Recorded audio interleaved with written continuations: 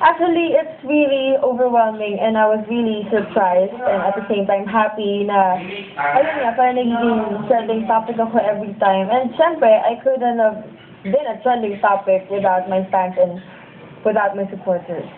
The long wait is finally over as the Rising Star officially begins Mixed Celebrity VJ duties this May 1. It's really an honor for me and sobrang overwhelmed ako na naging celebrity VJ ako.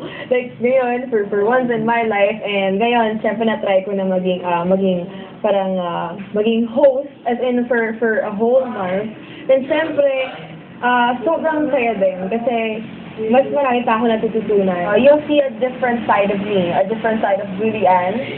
And syempre, yun kasi parang nakikita nila na madalas na ako kumanta, sumayaw, mag-rap, mag-acting. So, it's a different one ngayon.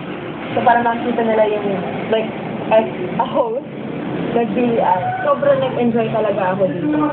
Ayun, and sana maulit-ulit. Sana maulit-muli. Yeah. Iimbitahan ko po kayong lahat na manood po ng Mix as I will be your Mix Celebrity VJ for the month of May.